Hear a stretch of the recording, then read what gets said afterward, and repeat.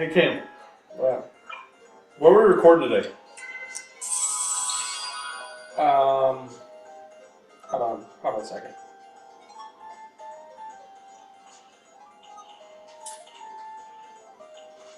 I don't know, man. What do you want to record?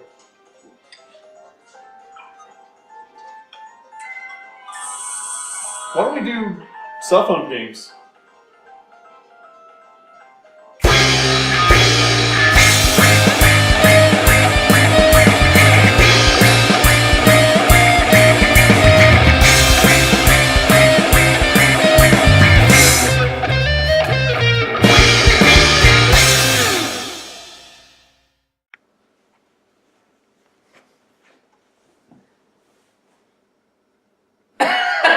It's recording day. What? Woo! Woo!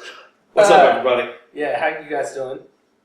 It's a cricket party. We're back again together for the first time in a while. Yes. It's been a hot minute, but we've been doing our best to get you guys solid content. Yeah. Lots of Monster Hunter. Lots of Enter the Dungeon. I'll try to keep those coming weekly. It's kind of difficult. Those things are a beast to edit. Oh, yeah. They're so long. Oh, yeah. It's fun, though. It is. Watching myself fail. Like my Devil Joe hunt. Oh, man. That was...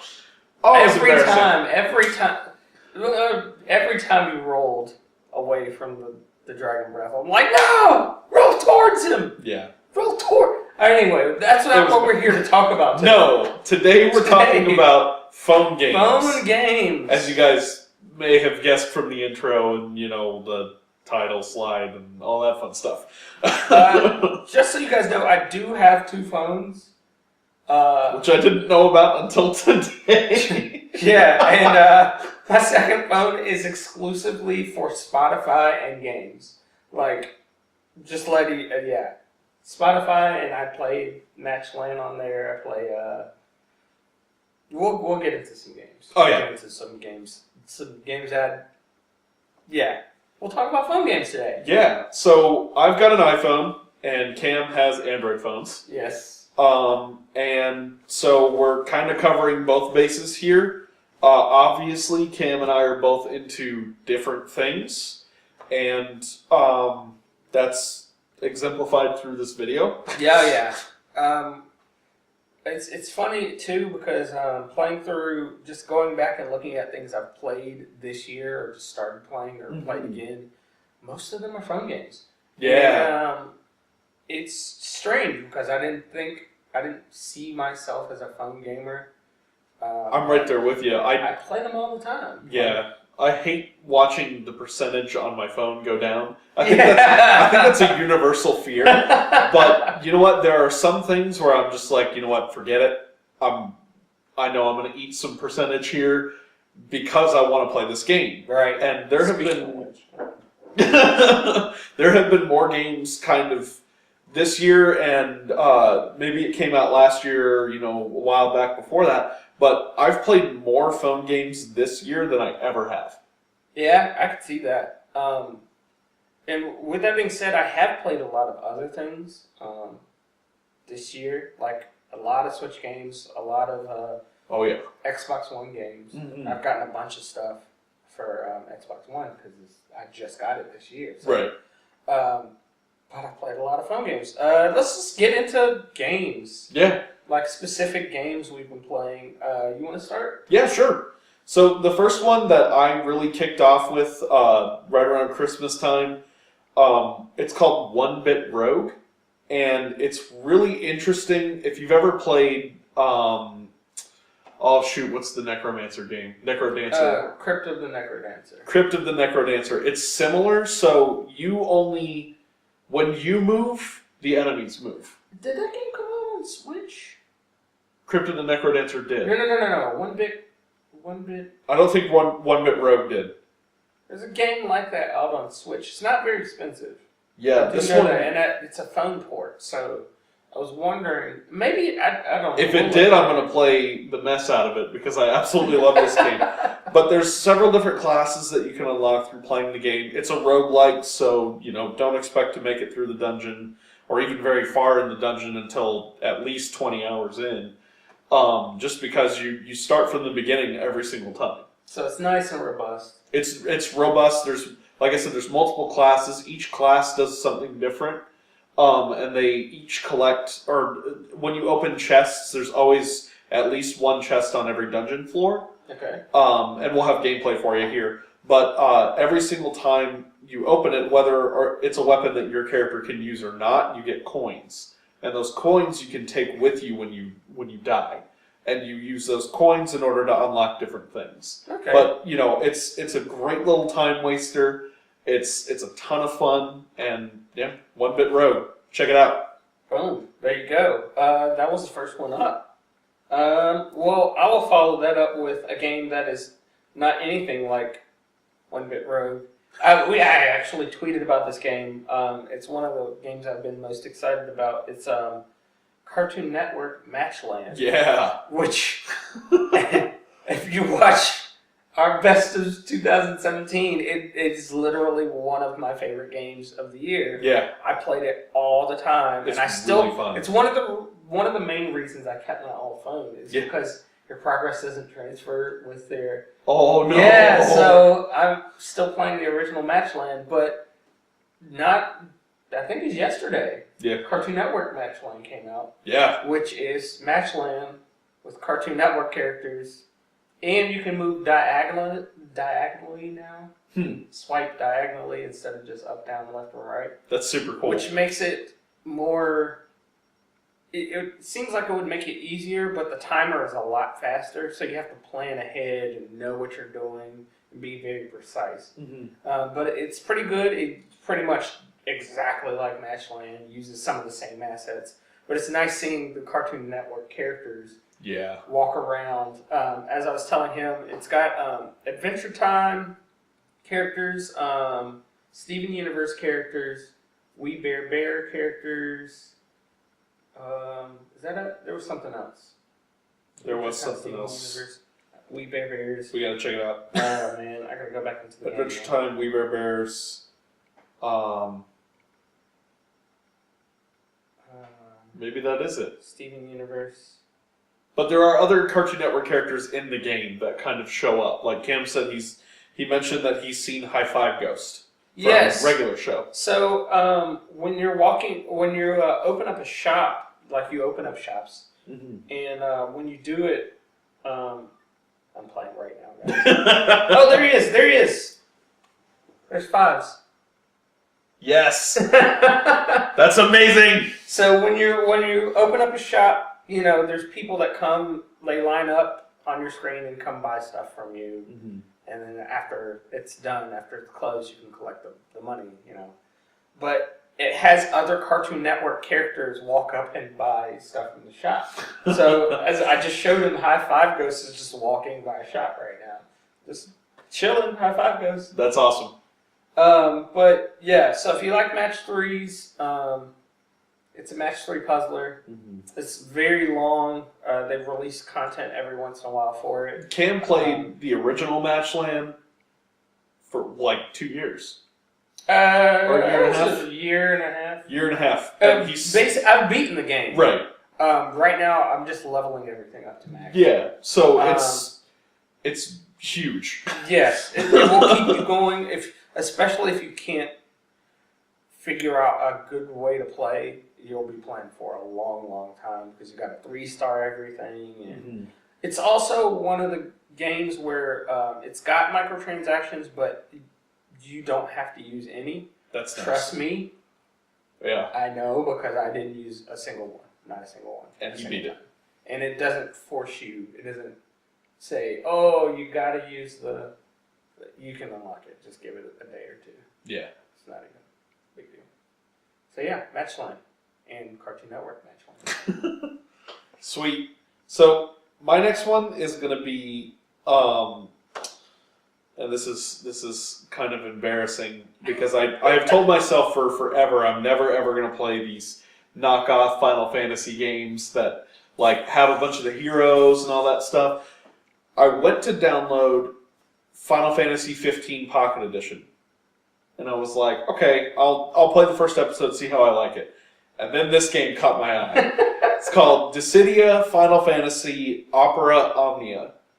And I have been obsessed with it ever since I downloaded it. It's one of those games where there's like a bunch of different heroes from all the different Final Fantasy games. It's got classic Final Fantasy combat, and there's no like or there is an overworld, but it's more of just like clicking on the match.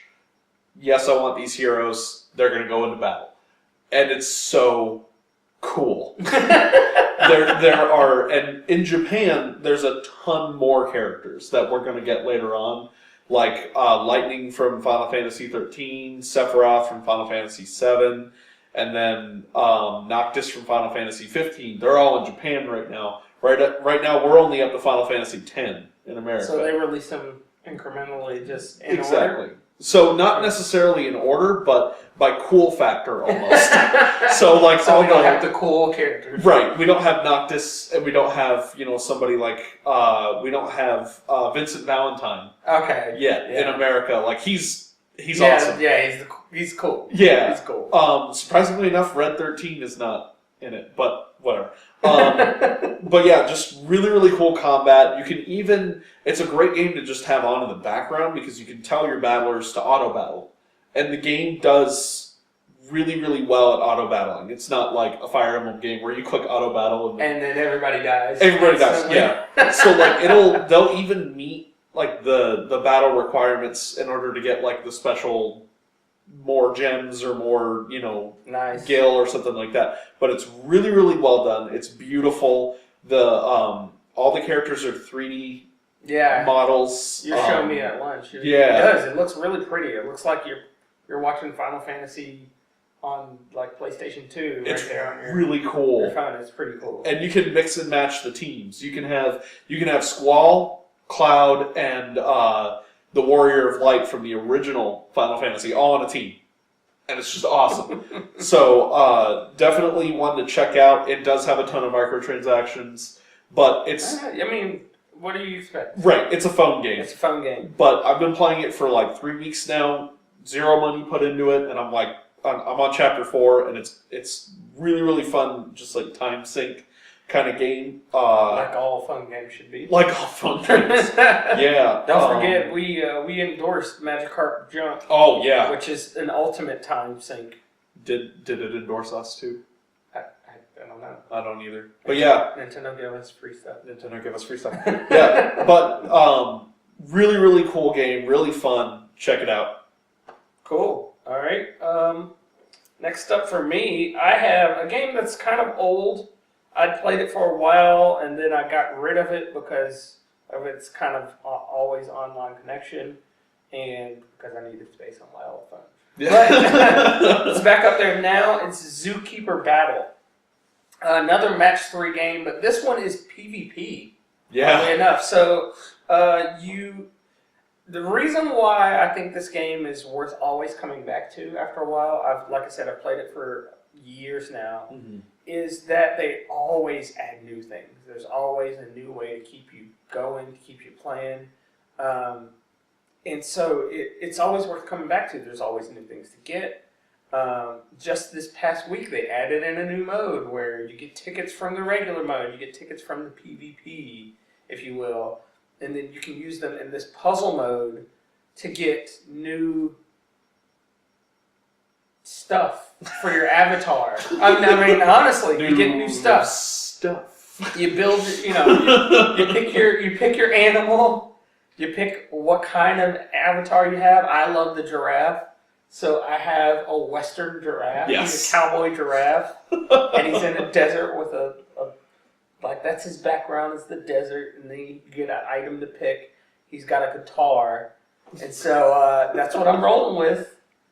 But there's goes with the Western. When I say dozens and dozens and dozens of each thing, like there's probably 100 different animal avatars I have. Oh yeah.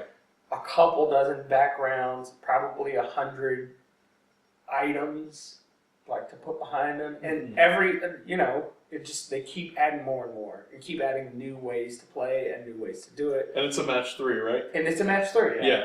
Camlex's Match 3. I do like my Match 3. But yeah, it's the 5th anniversary apparently. That's what the little icon says of Zookeeper Battle. I believe the original Zookeeper came out on DS. So yeah. I might be wrong on that. Don't slay me. I'm pretty sure, because you mentioned it earlier, I'm pretty sure I've seen it. Yeah. There also are other Zookeeper spinoffs. So yes, I don't know if this one is the original. I think there's a Tycoon one. Spinoff, but this one is really good. It's really good. It's really deep. If you like Match 3s, this one will keep you. Now, this one is a little more microtransaction forward. Yeah. They have sales a lot, and anytime you load up the game, they will let you know. Yeah. They also try to get your power bottles from you. Don't let them do it. Just get better at the game. Because they're expensive. They're like $99. They're like $1 a power bottle, and they'll just try to siphon them off you. Don't let them get their power bottles. No, they do give out plenty of free ones, but see you, Zookeeper Battle. Keep those power bottles. All right, but yeah, that's Zookeeper Battle. So I don't know. We don't have like a numbered list or anything like that. No. However just many random. I'm just going in a random we need order. to, however we have here. I've been playing a lot of Hearthstone lately. Hearthstone. Oh, okay. That's the card game, right? Yes, it's the Blizzard card game. Not a World of Warcraft fan. Not even particularly like a Blizzard game fan. But I played Yu-Gi-Oh! Hardcore when I was in like middle school and elementary school. So that sparked a fire in me for card games. And I don't play Magic because Magic is a money hole. But Hearthstone. I can play Hearthstone enough to where I'm decent enough at it that I get card packs and I don't have to put money into it. And I don't have to carry around a binder full of cards. Yeah. It's all just right there on my phone. Oh, yeah. So I started on the computer when it first came out. I think I even played in the beta or something. But that was back in college, and now they made the tablet mode and then they made it on the iPhone. And it's a great collectible card game. It's easy to get into, easy to learn. The animations are great. All the cards look cool. If you play in different tournaments, you can get different like card backs and stuff like that. And the player actually gets a class. You get to choose a class, and then your hero, your whatever class you are, they have a power as well. So you could be a cleric, you could be a mage, you could be a warlock, you could be a warrior. All these different things do different they have different battle traits. It's really cool. It's really in depth. But like I said, super easy to get into. Very pretty. Very well done. The servers are rock solid on it now that it's been around for so long. And they keep coming out with DLC for it. And generally what they end up doing is they started with paid DLC. Right. Okay. But as more and more DLCs come out, kind of the Blizzard way, they made those previous DLCs free. So when I first started, I think the Curse of Naxxramas was the first DLC, and it was like $15, and I was like, I'm not playing that. So 2-3 years later, down the road, they've come out with 3 different DLCs, and now I'm able to play Curse of Naxxramas for free. So I've got a ton of content that I still need to run through, and it's really, really cool. But like I said, very pretty, very fun. If you want to, you can sink a ton of money into it. I had a buddy of mine sink like $50 into it, and I could still beat him with my cards. So it's not pay to win. It's not pay to win. It can be if you sink hundreds upon hundreds of dollars into it. So don't do that. Don't do that, kids. Mm-mm. But just keep playing. You can even play totally offline. You don't even have to play other players. That's cool. And that's something I really love. So Hearthstone, check it out. Cool. All right. My next game is also an older game, but it's not a match 3. This time we have Game Dev Story. Oh, yeah. Made by Kairosoft. They're a company that, if you've played one of their games, you've pretty much played them all. They make sim games. But they're cool. Game Dev Story was like their big one. Because it's a sim game about making video games. Yeah.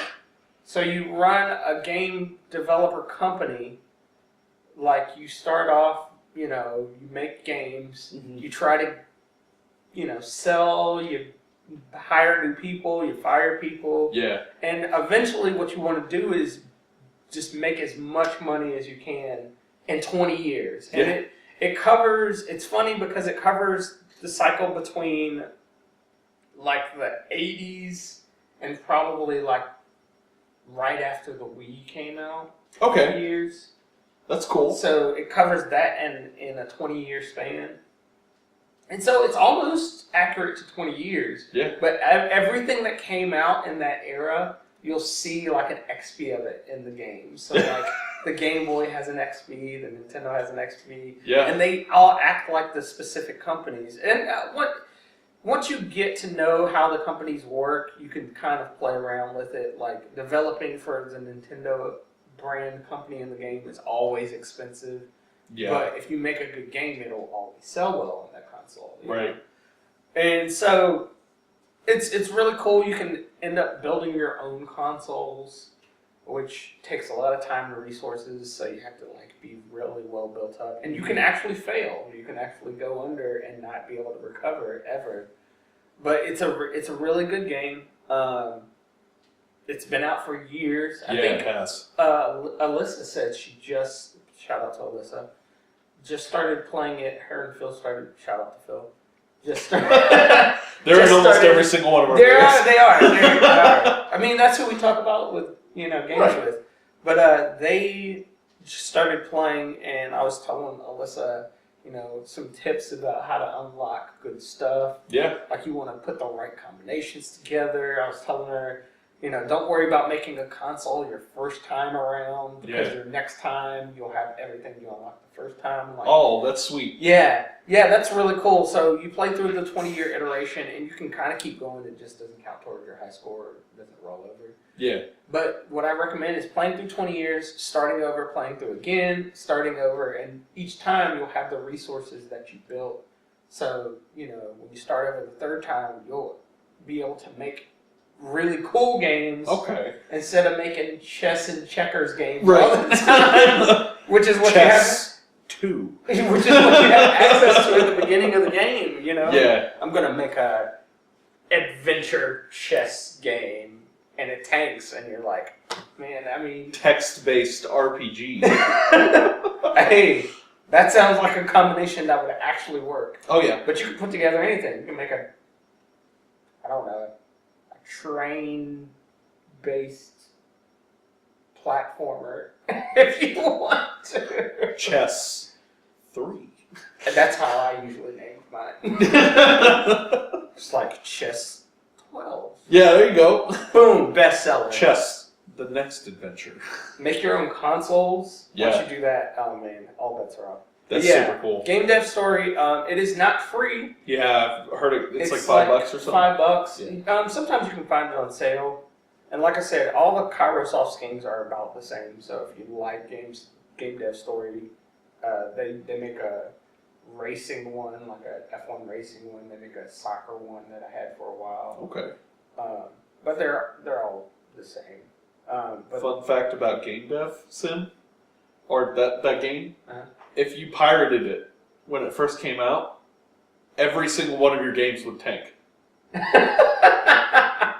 Every single one of them would be they would be pirated, and so they in the game. Yeah. So your sales would tank. Look, it's worth a buy. It doesn't have any microtransactions. There's no pay to win. You just got to learn how to play the game. But it's fun watching your little people get inspiration and catch on fire and start just going ham on their keyboards, and then you see it happen and you see them start just typing in bugs, and you're just like, what are you doing, Bob?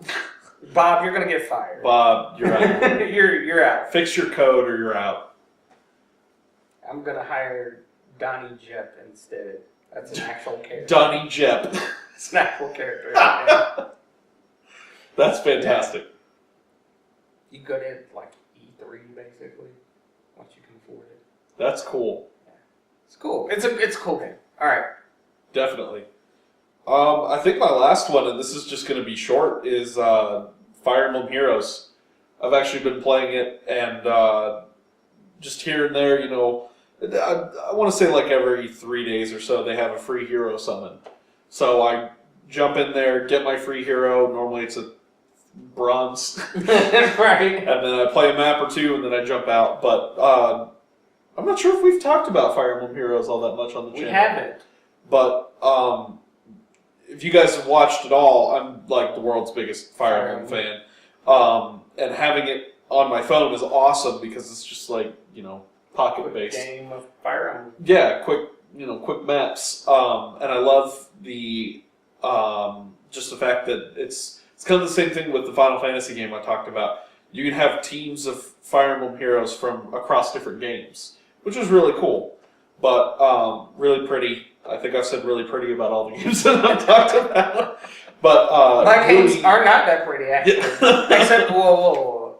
Cartoon Network Masterland is really gorgeous. Oh yeah. Interestingly enough, they use fan art in Fire Emblem Heroes for the characters, which is why some of them look like they're almost from different genres of games, which is kind of weird. But it's really cool that they gave different artists a chance at designing these heroes for a Nintendo-published game. But yeah, it's bite-sized Fire Emblem at its best, and it's cool. It's Interesting really fact about Fire Emblem Heroes, it is by far, like a long shot, Nintendo's biggest mobile moneymaker. Oh, absolutely. And we're not counting Pokemon Go because they don't make the money off of that. Yeah. Niantic makes all the money off of that. Niantic and the Pokemon Company. As far as Nintendo goes, they make so much money off of people buying packs to get new characters and the orbs like that. and everything. Yeah, the orbs. Oh yeah. They make so much money They off make of that game. Big. And it, I saw a chart. It was like that, and then Mario Run was way behind it. Oh yeah. And then I think Animal Crossing was right behind Mario Run, which is really good. Which means Animal Crossing will probably pass it. Oh yeah. Because it's only Animal been out Crossing- half as long. Yeah, it hasn't been all. I know Super Mario Run came out on Android or iPhone first, at the beginning of last year, I want to say. Yeah, so it's been out for Right, and so solid year and it a had half. a long build, but Yeah. Animal Crossing Pocket Camp it's probably going to be a pretty decent money maker. I hope they add some more stuff to it because it's a fun game. What, Pocket Camp? They do. They add. It's just like Animal Crossing. They add seasonal stuff to it. Yeah. They change up things. I know Alyssa was showing me yesterday at work that her character is dressed like Luigi. Nice. So she's enjoying that. But I know they do add on seasonal things or things for this month only. So just like Animal Crossing, to pull you back, and you can't cheat at this one and change your time. Yeah, because it's all up to the internet. So I think this one. I think that was a really good way to go with Animal Crossing, even if it's soulless, like Chrissy Teigen said. See, and I don't know if it's soulless. I think it's just not what everybody was expecting, and it's a little. I mean, it's supposed to be bite-sized Animal Crossing. Right. It's not supposed to be a game where you sit there for 4 hours and play. It's supposed to be 20 minutes Play a day. for 20 minutes, and then you keep. That's the best Animal Crossing though. Animal Crossing is where you get in a routine and play, half an hour a day. The first time you play an Animal sit down Crossing for an game, hour or hours Right. to set everything up. Mhm. But after you start getting into the flow of things, especially after you start unlocking most of the stuff, yes, it should be like a half hour a day. Yeah. Sit down, play, collect your stuff, talk to people, see if you can get that annoying neighbor to move out. yeah, to get That's true. the cool teddy bear that looks like it's Right. stitched together. Because that's what you want. Mm-hmm. Yeah. You got any more? I don't. Yeah, I don't either. I mean, I do, but I don't. Right. I'll give you one more. I actually don't play this, but my roommate plays this all the time. And we talked about this earlier. Mm-hmm. Is Death Road to Canada. Yes. So Death Road to Canada is this little pixel art, procedurally generated game where you have to escape to Canada during the zombie apocalypse. Right. And you make a character with traits and perks, but you also pick up other characters along the way. And they have their own quirks and traits and perks. So you can pick up like a dude that's a jerk and gets you into trouble because he mouths off at some bandits or something. Or, you know, there's a bunch of random characters. You can, you know, find people that are strong but don't know how to shoot guns. People that can shoot guns, but you know, they run out of bullets and they're useless. Right. But it's just a really fun game. I have it for PC. I've only beaten it once. I've only gotten to Canada one time. Wow. I know it's difficult. It is. It's very hard. Yeah. And that's on the easy mode. But I'm waiting for the Switch version. Mm-hmm. Like most of the PC games that I know and love, I stopped buying PC games because I'm just waiting for them to come out for Switch now. Which there's a ton of memes going around right now that are like, cool, but let me know when it's on Switch. Yeah. I mean, honestly, that is pretty much how it is. I almost got Crypt of the Necrodancer on Switch, but I don't know if I like it enough on the PC. But I have Enter the Gungeon. I waited for that. I'm waiting for Death Road to Canada. I'm waiting for Hollow Knight. Hollow Knight? Oh, yeah. I'm waiting something fierce for some Hollow Knight, because I'm a huge Metroidvania Hollow Knight fan. looks amazing. Yeah. We're off on a tangent now. We are. And there's one more, and it's also coming out for Switch, and I'm waiting. It's called like His Majesty's Kingdom or something like that. Basically, how the game works is it's tender as if you were a ruler of a kingdom. So I know, it sounds crazy. So how it works is you have like religion, politics, you know, the love of your people and wealth or something like that. And somebody comes to you with, you know, a problem, and you answer it one way by swiping right, you answer it another way by swiping left, and it'll change how your influence at each thing is. Like, you know, something may cost some of your wealth, but it'll make your people feel better. Okay. And so, Tinder. yeah, you have to keep it from, if anything gets too high or too low, you die. And you have to reign your kingdom for as long as you possibly can before you die. And then they just came out with one where you're a queen instead. And the Switch version is getting both as one package with extra stuff on it, of course. Okay. But yeah, it's out for fun. It's not super expensive. I'll have to check that one out. Yeah. Yeah, but there you go. Some fun games to keep you guys busy while you're not playing Monster Hunter or Enter the Gungeon or what else is out? Zelda. No, Zelda was last year. What was I thinking? Destiny. Oh. People still play that? People Fortnite or Fortnite! PUBG! Yes. Shout out to one of my students, Gavin, told me that we need to start playing Fortnite on the channel because we'll get thousands of subscribers. We don't do this for subscribers. We don't. But we don't. I mean, maybe if I get bored one day, I'll sit down and play some Fortnite. That's kind of how Actually, I'd probably play PUBG over Fortnite because I know all the kids love Fortnite and I want to play the one without as many people. Yes. They do have PUBG for... And Fortnite. Both of them? Both of them. Huh. Yeah. Maybe there's another phone game for you. Oh, yeah. PUBG and Fortnite. Who were kidding? You're probably already playing them. Yeah. Get some chicken dinners. Some winter chicken dinners. Winter chicken dinners. Maybe we should. Maybe we should just set up one day. Or that's all we do. And I'll put you on like Skype or something and we'll play. That would be cool. We'll play PUBG or Fortnite. Just to make the people happy. Just to appease the kingdom. All 5 of you viewers out there. That's what I think. That's what I'm going to call our fans. The 5. The 5. The 5, because there's like 5 of you. Yes. That consistently watch everybody else is like, yeah, sure. And we thank you. Yes, we do. I like seeing the numbers tick up every other day. Because you guys keep us going. So thank you to our fan base. All 5 of you. All 5 of you. One of them is probably my mom. You guys are the Mackie, Mrs. Mackie, you're the best. Yes. Alright guys. Thanks for watching. Hit us up on social media.